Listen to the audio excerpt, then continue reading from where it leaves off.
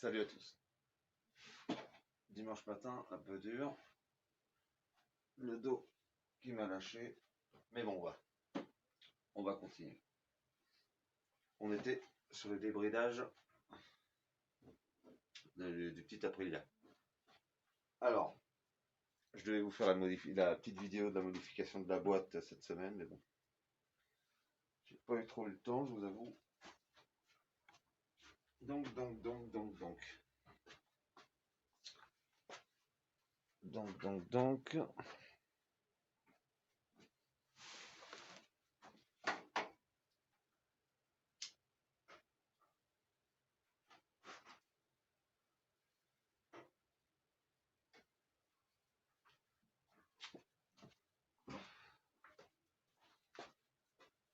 La modification a été faite.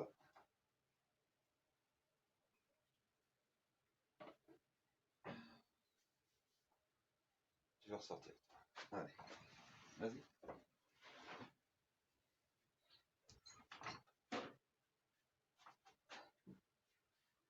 C'est un peu le bordel ce matin. Oh. Donc, c'est parti. Donc voilà, nous étions arrêtés sur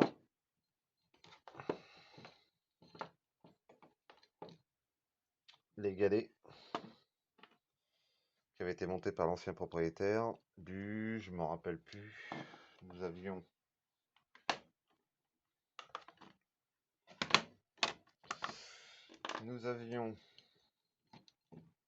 du 7.5, ouais, du 7.5,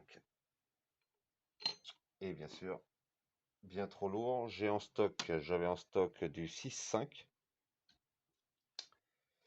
et en regardant un petit peu à droite à gauche, après les simples débridages constructeurs, c'est-à-dire la bague du variateur et la fameuse petite bague à la mission. Je le rappelle, on n'a toujours pas touché à l'échappement. On va passer sur du galet en 5.5. Arrivé très rapidement chez 50 Factory.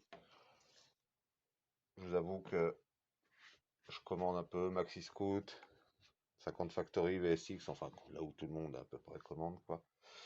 50 Factory, ça se passe très bien. Les autres VSX, la bécannerie, tout ça, ça se passe très bien aussi.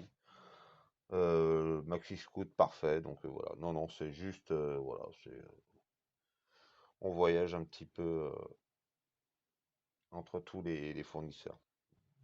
Donc voilà ce qu'on a reçu cette semaine du Techninium, galet de variateur. Tac, en 19 mm sur 15 et du 5,5. Un petit coup d'œil. Voilà. Galet quoi. 5,5 effectivement. Donc voilà, les 5,5 sont là. Pour ce qui est de la boîte à air,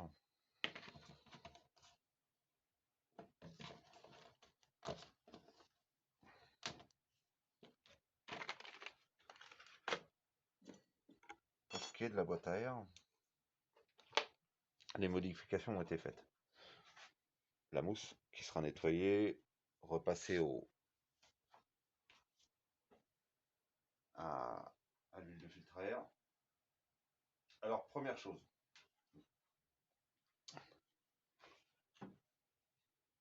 nous avions, je vous fais une petite piqûre de rappel, nous avions l'admission d'air qui va au carburateur,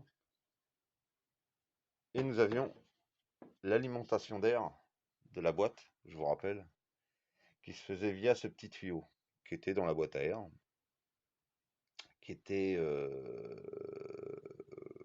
comme ça, je crois, comme ça dans la boîte à air, à cet endroit-là, et ça alimentait s'alimenter la boîte à air. Je vous cache pas que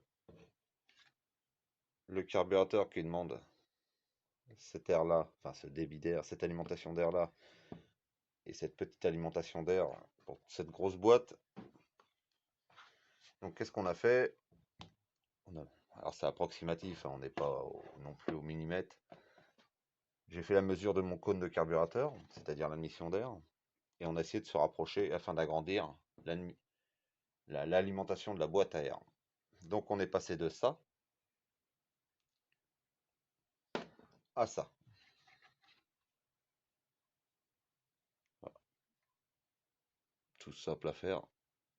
Un petit manchon, on agrandit le trou, on enlève le tuyau, on agrandit le trou, un manchon en plastique.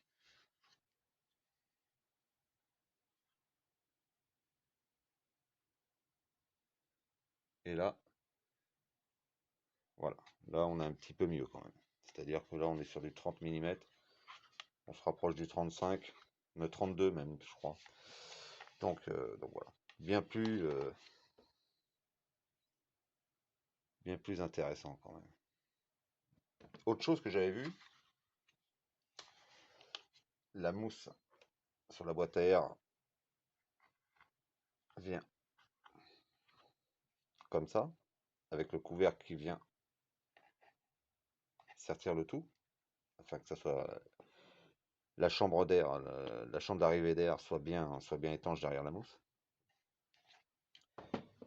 Et cette pièce, le couvercle, et cette pièce qui fait appui sur la mousse, bien sûr, pour qu'elle se plaque dans son logement. Le truc, c'est que, voilà, ça, c'est la chambre qui reçoit l'air pour la fournir à travers la mousse, pour fournir le carburateur, pardon. J'avais, sur ce côté-là, un trou aussi gros que ça, bien sûr. On a agrandi. Je ne sais pas si vous voyez bien. On a agrandi. C'est-à-dire que l'air va arriver directement. Parce que, voilà, on avait plutôt ce trou-là, dans cette paroi. C'est-à-dire que c'était vraiment... Donc voilà, on a agrandi toute la paroi. L'alimentation d'air générale, on l'a augmentée. On ferme le tout et terminé. Très simple à faire. Donc voilà ce qui est pour la boîte à air. Les galets, la boîte à air. Et comme on avait dit l'autre fois, on touchera sur une troisième étape l'échappement. On fera un démontage ensemble. Et on verra ce que ça donne. Mais par contre, voilà, ce que je voulais, comme je vous avais dit déjà, je voulais faire par étapes. C'est-à-dire pas un débridage complet d'un coup. C'est-à-dire passer du débridage du carburateur et variation, tout en gardant ce système de bride de déviation d'air à première vue sur l'échappement. Et par la suite, nous verrons ce que déjà on va faire un essai avec ces deux modifs. Si c'est suffisant, ça n'ira pas plus loin. Je vous le répète, hein, ce petit engin est fait pour les besoins utiles. Et puis,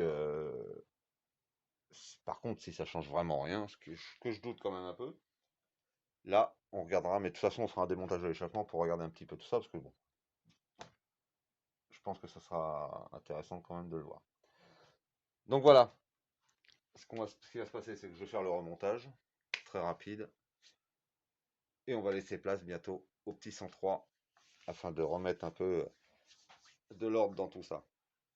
Comme je vous avais dit, installation de la pompe à rond, enfin l'installation finale, quoi, c'est-à-dire les conduits d'eau, installation de la pompe à eau, la batterie, tout ce travail-là afin qu'elle soit prête pour les beaux jours.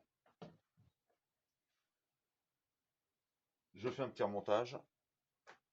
Par la suite, une petite vidéo essai pour vous montrer un peu la différence avec le véhicule vraiment en sortie concession.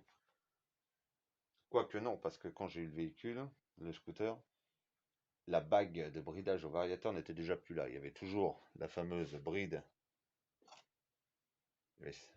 la fameuse bride à la carburation, mais la bride de variation était enlevée. Bizarre. Et bon, voilà. Donc là, on a modifié un petit peu la boîte à air, supprimé, enfin, changé l'alimentation en air de cette boîte. Ridicule ce petit tuyau. Et, euh, et on va voir ce que ça donne. Ça se trouve, ça changera rien du tout. Mais bon, on verra bien. Sur ce, la prochaine vidéo, ça sera l'essai.